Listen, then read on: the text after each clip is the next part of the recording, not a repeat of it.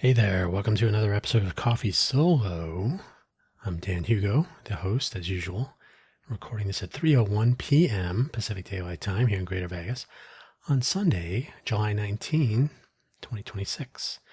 It has been a while. In fact, I think it's been 2 weeks. July 5.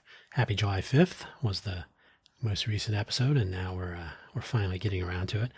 A 2-week respite. It's never enough. 3:01 p.m. already. Time flies. So that makes this episode 2026-07-1901. That's 2026. 07 for July 19. First episode of the day. The title of today's episode is Summer Slow. It's summer slow. It is slow in the summer. I was going to say something about the heat, but this is, we're in Vegas. If anybody's still wondering, oh my goodness, it's so hot. Maybe you're not paying attention, but things feel very slow, myself included. Had a little AI-generated Dali-esque picture of the strip for the cover art for today. That's how it feels to me. It did rain, I think overnight or very early this morning, which is good. It doesn't solve the drought, as Bill Hicks might say. And if rain doesn't solve the drought, DuPont isn't working on some sort of a drought-curing gel. So we might have a problem, but that's for another episode in the future. What is the future of the water in Greater Vegas? Well, we'll see. Apparently we're drastically below our allocated usage because we do a lot of water recycle. So when we return the water to Lake Mead, we get credits towards our usage. So that's good. But yeah, it's going to be interesting over the next 2 to 3 years. Summer slow, definitely feels like it. Hopefully, wherever you found this audio program, you're able to locate the episode description, which contains the show notes, including a brief summary, which I'll read to you. The links, I don't really add links, I just ramble. But the link section does include a link to kofi.com/danhugo/posts if you found this episode somewhere else, or if you found it there already. Obviously, there's no link to it. So I have 2 different sets of links. KoFi Solo homepage of sorts, danhugo.com. It's my vanity website. Not much on there. One of these days. But I would like people to be able to locate the episodes regardless of whether we're still using Spotify or wherever. So get that link out there. The profile page linking everything. A competitor of Kofi.com, no doubt. buymeacoffee.com/danhugo. The freeform profile page found there has links to all of my audio productions, various projects, affiliate links. You don't have to spend any money on either Buy Me a Coffee or Kofi.com. You're welcome to if you want. Remember that the Buy Me an Update audio program, the namesake of buymeacoffee.com, no, the other way around, just like KoFi Solo is used to be published exclusively on Kofi.com. Buy Me an Update used to be published exclusively on Buy Me a Coffee on Monday mornings, but the world is as it is. Podcasts are found out in the wild. So respectively, KoFi Solo, this program is published first on Kofi.com, and then the other places 2 hours later. Buy Me an Update is published first on buymeacoffee.com/danhugo/posts, and 2 hours later everywhere else.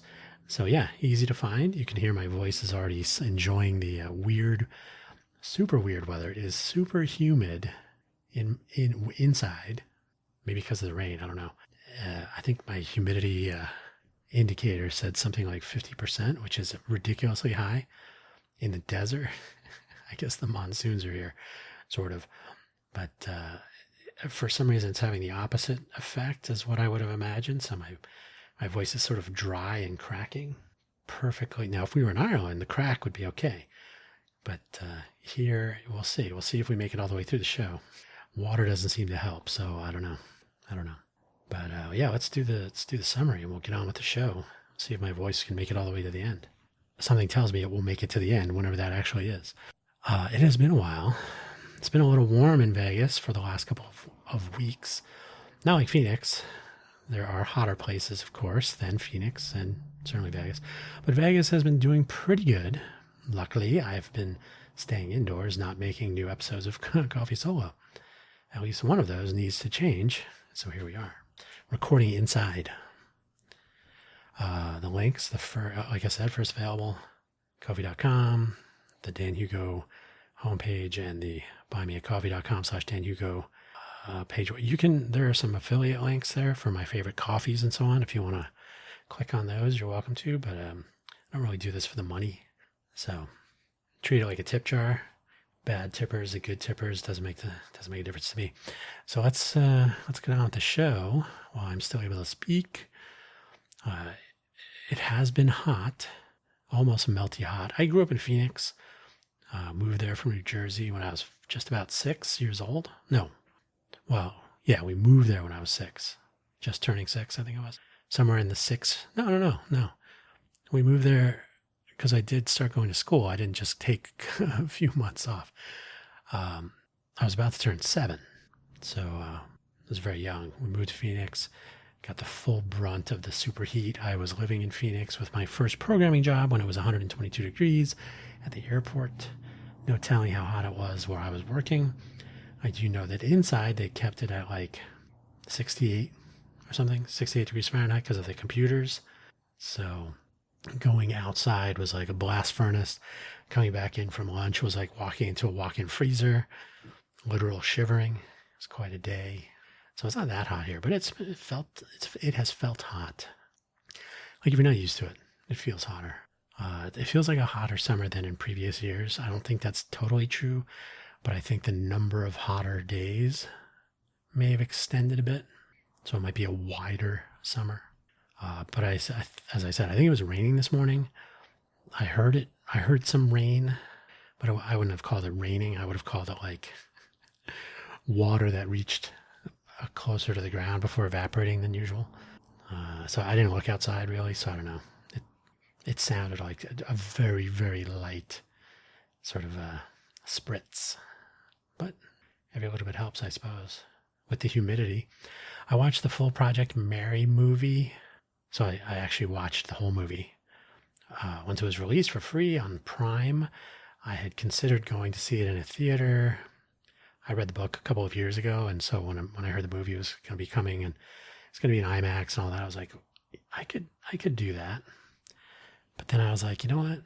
I don't really feel like dealing with a movie theater in Vegas. So I just didn't go.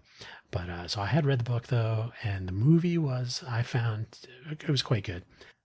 It was very enjoyable. The book was excellent.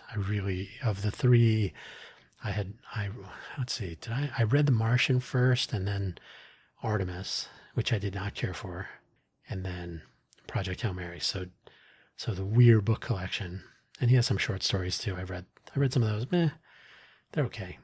But yeah, the science and the sort of going through the discovery process, speaking through some of the thinking, sort of thinking out loud format for a lot of the Project Hail Mary book was pretty good.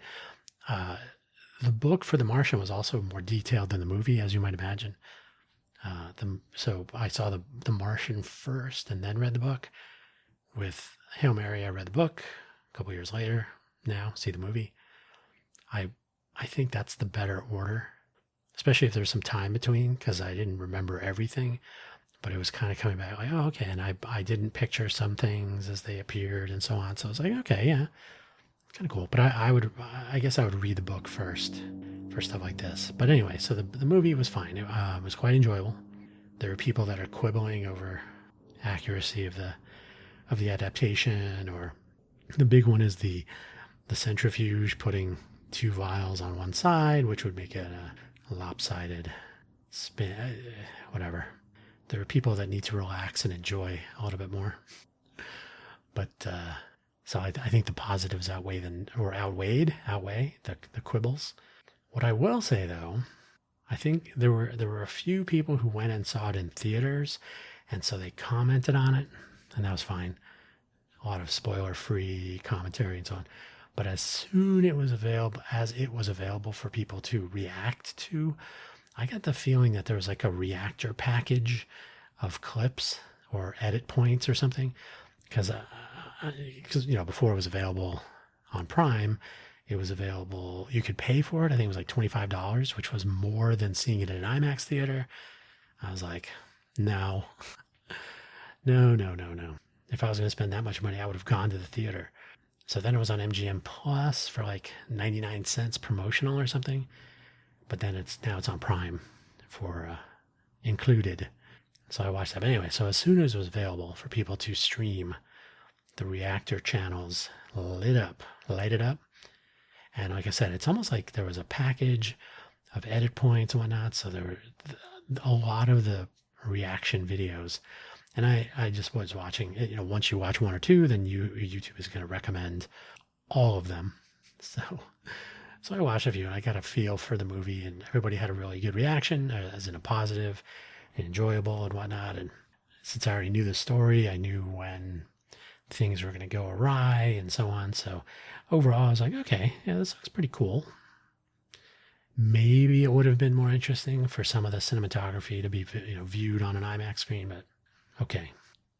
But I still found the movie quite enjoyable, and I think I watched it twice, once all the way through, and then once kind of, just to kind of catch whatever I might have missed. And I didn't watch it all the way through. I stopped it next day, watched a little bit more, so on. But yeah, it was just really good. Ryan Gosling did a fine job. The whole movie was pretty good. So what can I say?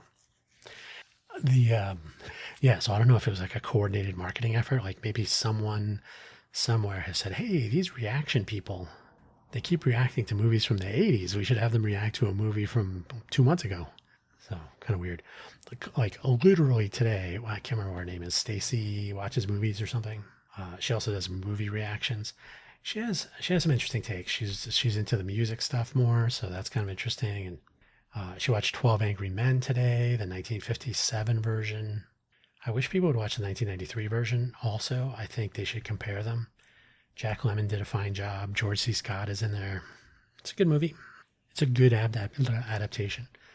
I found the original televised version from, I think it was 1953, maybe. And then, of course, that's based on a play.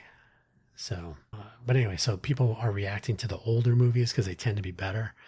So one of the universal comments has been, we need more movies like this. So yeah, I would agree. I've talked about a few things in recent episodes and across my other productions. So I've had this only a small number of really common ideas. Mostly, the big one is mostly about disappointment ongoing with LinkedIn. It is essential to get away from LinkedIn for anything other than announcements. Like, you can announce that you got a new job or that you're hiring, but if you have anything else going on, see, here in Vegas, LinkedIn is like the way. So people from important agencies and from local government and so on, they'll just post stuff on LinkedIn because our local press outlets don't really cover enough. So they're gatekeepers of information, which is unfortunate. So you post on LinkedIn and then you don't speak to most of the region because not everyone is following you, and the algorithm doesn't always favor getting your message out to more people. So there's a tendency for people to follow a page or a person. So we have pages for the Innovate for Vegas Foundation and Smarter Smart City Challenge and so on, and they'll accept or send a connection request. More often, in my case, they accept my invitation, but I get invited, I guess, to connect now and then. Maybe more people don't like LinkedIn than I'm getting the sense of. So they've given up on inviting people to connect, which is fine. So people will follow or accept a connection or invite someone to connect or whatever, and then they don't actually interact. So probably 80-90% of the time, if someone invites me, or if I invite someone to connect and they accept, I send them a note. Hey, thanks for connecting. We're putting this together for community outreach, and not a peep, no response, no reaction. The page following, people follow and forget. So we're trying to get the word out for the City Camp event that's coming up in September. I reached out to teachers on LinkedIn and administrators in the school district and principals, and crickets. So LinkedIn to me, and even email, LinkedIn to me is I signed up for it when they launched LinkedIn in 2003. The LinkedIn company formed in 2002, in case you find that information, but the platform launched in May of 2003. I joined in August of 2003. I was living in Phoenix at the time. I moved back to Silicon Valley. I was able to reconnect with a lot of former colleagues wherever they ended up. One of those things that, boy, I wish LinkedIn was around in 1993 when the internet was still, on the horizon. It was fast approaching, but it wasn't quite completely adopted and integrated into the life of Silicon Valley. But it would have been really handy given the number of times people would change jobs and move around. But it came in handy for that initially. But now LinkedIn is just a pile of garbage. So the communication and engagement components go missing when people blow off, direct messages or even email outreach. They don't really seem to care unless they need something. Maybe then they'll respond. So after 23 years now on the platform, the value to me of LinkedIn is very near zero for anything other than those announcements. If I make an announcement, like I put up a poll about the City Camp event. City Camp is a one-day community engagement, community elevation, civic innovation. It's a chance for city and residents to bounce some ideas off of each other. I mean, it's whatever people want to make of it, but it's a time specifically for people in our locality here to participate in what's working and what isn't, and then come up with some ideas. And that will feed nicely into the Smarter Smart City Challenge, which is all year 2027. Okay, so if I post a poll that says, I am planning to participate in City Camp. Yes, and bringing a friend. No. So we have 233 page followers. We have like 93 newsletter subscribers. I reshared it on the Innovate for Vegas page, which has over 1,000 followers. And I mentioned it in the Innovate for Vegas newsletter on LinkedIn, which has a couple hundred subscribers. The only two people who responded to the poll, it was viewed 63 times apparently. The only two people who responded were the Smart City Vegas page, which is me, and me. So 2 votes, both me. So the newsletter is worthless. The pages are essentially worthless, and there are better ways to spend time. And, if we want to get the word out, we can't rely on this because it just doesn't work. So nobody cares.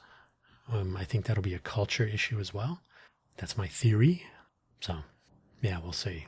But the value to me is nearly zero. I mean, I've been talking about not using LinkedIn anymore. I don't use LinkedIn anymore for my own needs. I don't post anything there anymore. Very little in the way of engagement. Like, I'll like something. If somebody gets a new job or whatever, I skim through it to see what people are up to. There are better ways. Why do we need to have LinkedIn in the mix? Because they got there first and they have credibility even though they don't deserve it. So whatever. The place where I live has been sold again. So when I moved in here, it was a place owned by, I think it was Security Properties or something, whatever that is. And then Cushman Wakefield purchased the property 2.5 years ago, I think.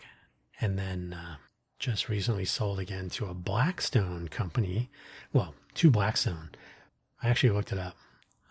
So Blackstone got a mortgage through however they do this with large commercial property purchases. So they bought like a dozen properties or something in Vegas or around here, around Nevada somewhere. So I looked, so the company that will be the new management company, I guess, or however they work that, is called AIR, A-I-R, Communities. So I looked up AIR Communities online, and they're like a mega property management company. They're all over the place. And if you've ever used the property management tool Entrata, apparently Blackstone owns that too. They probably own they probably own everything. So we'll see how this goes. Yeah, I don't know. What could possibly go wrong? I know the property values in Vegas are going all crazy. There's a lot of vacancies in the building that I'm in the property I'm in. It's like all one big building. So, whatever. Their website is insane. Like they're in most. I don't think they had a presence in Nevada, so they had to get one. But they own or otherwise see many, many properties around the United States. It's kind of funny. It's Blackstone, otherwise it's BlackRock, and we have here in Clark County at the Tech Park, which is affiliated with the UNLV. We have Blackfire Innovation. Black is the new everything. You know what Henry Ford said about if you want a new car, we'll paint it any color you want. There's a theme, something like that, I guess. I guess that's kind of weird, but not really. It's all one big company probably at some point. Yeah, I don't even want to talk about the political silliness. I don't know if you saw so today's the 19th, so I think it was Thursday evening, 9 p.m. Eastern in D.C. Our president addressed the nation. NBC and ABC did not carry it. I guess that on the national broadcast, and then local affiliates were welcome to, but I guess most of them did not. So, too bad. I watched some of it. It seemed a little bit unhinged or weird. I wish every day someone should replay the Bill Maher commentary after he had dinner at the White House, where he said, Trump is not so bad. I said, you didn't win the election. Yeah, I know. That whole thing. It's like somebody was gaslit in that case. But yeah, I'm mostly disappointed in everything. The U.S. federal government is kind of a disappointment, to say the least. It could be worse, and it probably will be worse in the coming 2 years.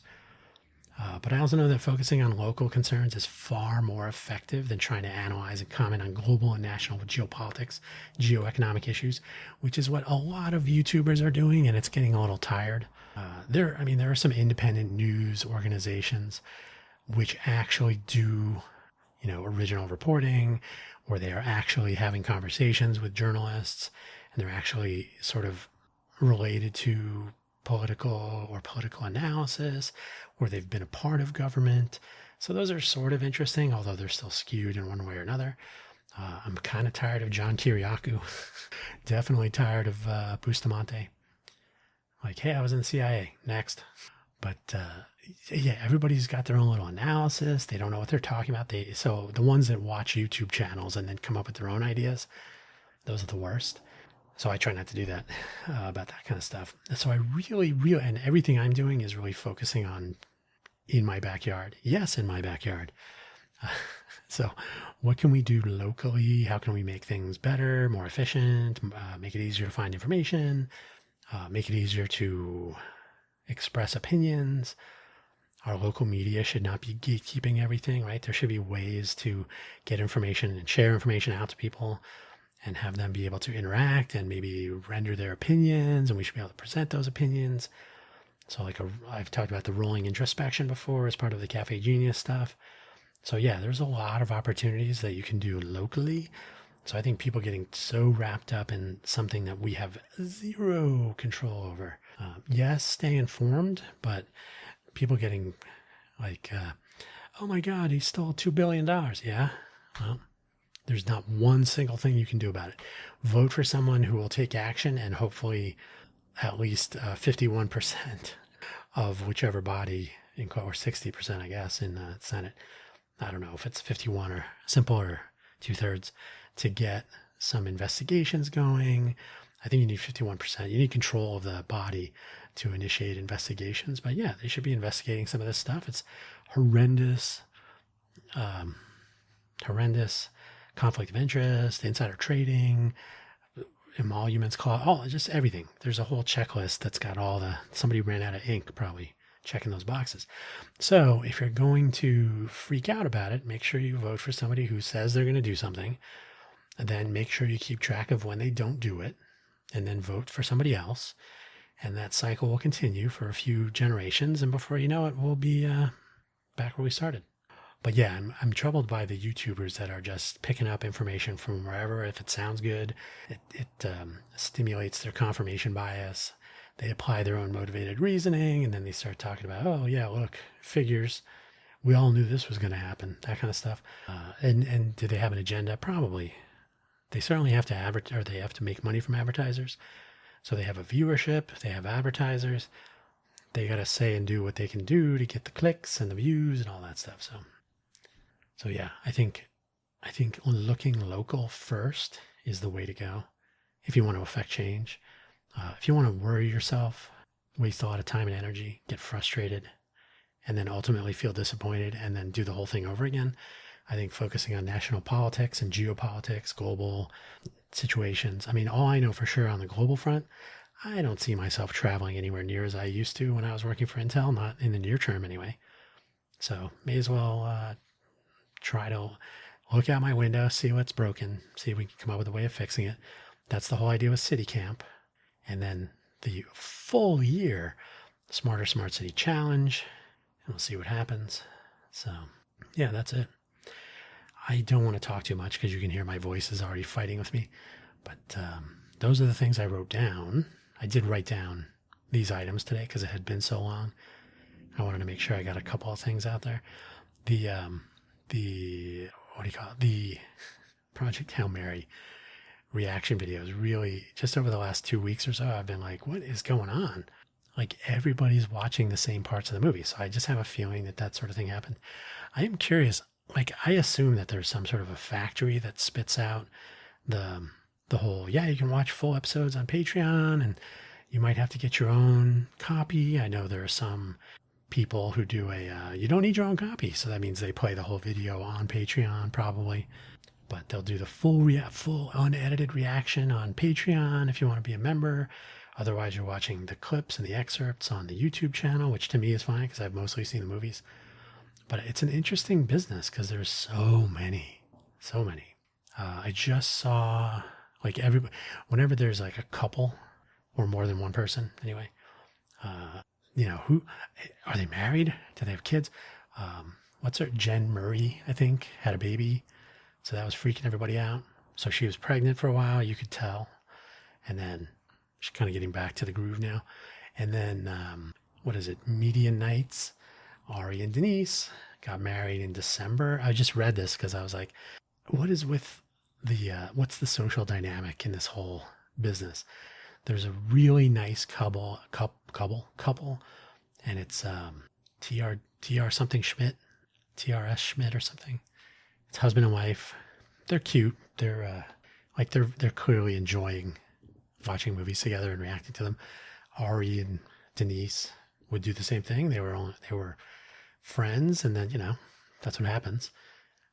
The Solo reactors, there are a couple of really good ones. So I enjoy it. I've talked about this before. I think it's an interesting commentary on pop culture as it is compared to what it was through movies. So, but it's just a weird business, I guess. I don't know. I think I'm going to end with this commentary. I'm not going to say who it is, but there's somebody here in Vegas who does YouTube channel stuff, YouTube videos. I can only take him in small doses. It is a male person, identifies as male anyway. No, he's male. But who cares? Doesn't matter. So it's a he in this case. He will often talk about things that he's actually researched and the history of Las Vegas and some of the business stuff going on and some of the economic conditions and some of the parts of the greater Vegas area that, deserve a closer look. So he'll do like a mini documentary and you're like, okay, he's actually putting some time in and some interesting presentations. So good. And he's got a side gig that he's doing, which basically allows him to sponsor his videos himself. So, okay, good for him. But then every once in a while, he'll bust out just some ridiculous, not facts and argues with his live stream audience. And so I've talked about this problem in general. Like, just because you're good at one thing doesn't mean you are expert in all things. So today I was watching a video from yesterday, and it was the most ridiculous. So he said, somebody asked him something about, he said, hey, does anybody know why people with low income tend to be physically less than fit, maybe heavier, the usual, because people are lazy and whatnot. And he said, I think it's lack of focus. And okay, sure, that's your opinion. But then he said that this is the part where I had to bail. He goes, it's not genetic. Everybody's genes are the same. And I was like, we're done. The one that pissed me off a lot was when it was months ago. He was giving his opinion on Firefox. Like, Firefox is horrible. And you're like, Firefox is not horrible. There are things that could be done better, but it's not Chrome. So if you want to get away from Chrome, if you can use Chromium, that's fine. But the Google Chrome browser is it's got a lot of problems as far as privacy issues and whatnot. So if you want to use alternate browsers, but he was quite certain of his facts, and he's not a programmer, he's just a goofball in Vegas. So I was like, who are you to render these opinions knowing nothing? And so I usually take a break for a couple months from watching him. But this is the state of the internet. And I'm not saying people shouldn't be allowed to do that, right? Do your thing. But it boggles the mind that people speak so freely and with so much confidence about things that they know absolutely nothing about.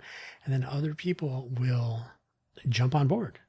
I mean, that's how you get some people elected president. But in this case, he doesn't know what he's talking about. I worked at Netscape. If you look through the contributor list for Firefox, I'm in there because it was based on the Netscape communicator code from whichever year that was. So yeah, so I can at least say, well, yeah, I worked there. I know they've gone a little off the rails on some of their pursuits in their business and their policies on privacy and use of AI and whatnot. But from a technical standpoint, they're building, well, they started building with Rust, and now the Rust Foundation is a separate entity. But, the idea is to be memory safe and address all these problems. I mean, this is decades now of some of these products, late 90s, right? So it's 2.5 decades at the least, maybe more. So there's a lot going on behind the scenes, and to summarize it out of ignorance to people who know even less, to me is troubling, because it doesn't have to be the Firefox web browser. It could be anything. It could be genetics. It could be vaccinations. It could be, any economics. It could be anything. And so, yeah, the ignorance is getting me very tired and frustrated. And if you throw in the sun, and it's very hot here, everything's moving more slowly, because it's just tiring and it's hot. And if the monsoons are not here, they're certainly going to be. So it's going to be even more humid. It's going to feel like we're in Louisiana or something. Not quite, but it is remarkably. Now, Phoenix, the monsoons there are profound, just because it's so different. In June, you could have 4% humidity. And by August, you're like, whatever happened to that 4% humidity? Ooh. But anyway, that's all I have to say. I'm going to pack it in. My voice is going to give out, and that's okay. Thank you for listening, as always. Don't forget to check out my other audio programs. They're all linked on the Buy Me a Coffee profile page, buymeacoffee.com/DanHugo. And if you're coming to Vegas, don't tell me. Just enjoy your time here. That's all I have to say. Take care now, and I'll try to be back in less than 2 weeks. That should be possible. No, well, I'll just say, I was doing 3 newsletters. So that's 3 additional things that I actually spent time on like the YouTuber I was just talking about. So they're knowledgeable, they're purpose written, thoughtful, waste of time. Those have to move out of LinkedIn. But for the near term anyway, we're not doing a LinkedIn newsletter. We'll do them far less frequently. Basically, the take home for LinkedIn is to use it for updates.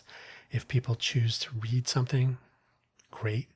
But if you're going to try to ask somebody, hey, show up to this event or click on a poll, nobody does any of that stuff. So no more, it's completely useless for that kind of stuff. So it'll be trailing edge updates now and then. We'll try to get an external outreach program for all of the things that were related to these newsletters. And LinkedIn eventually can suck on a tea bag, as I should. All right, that's all. That's all I have to say. For real this time. Take care. Enjoy. We'll catch you in the next episode. Bye-bye.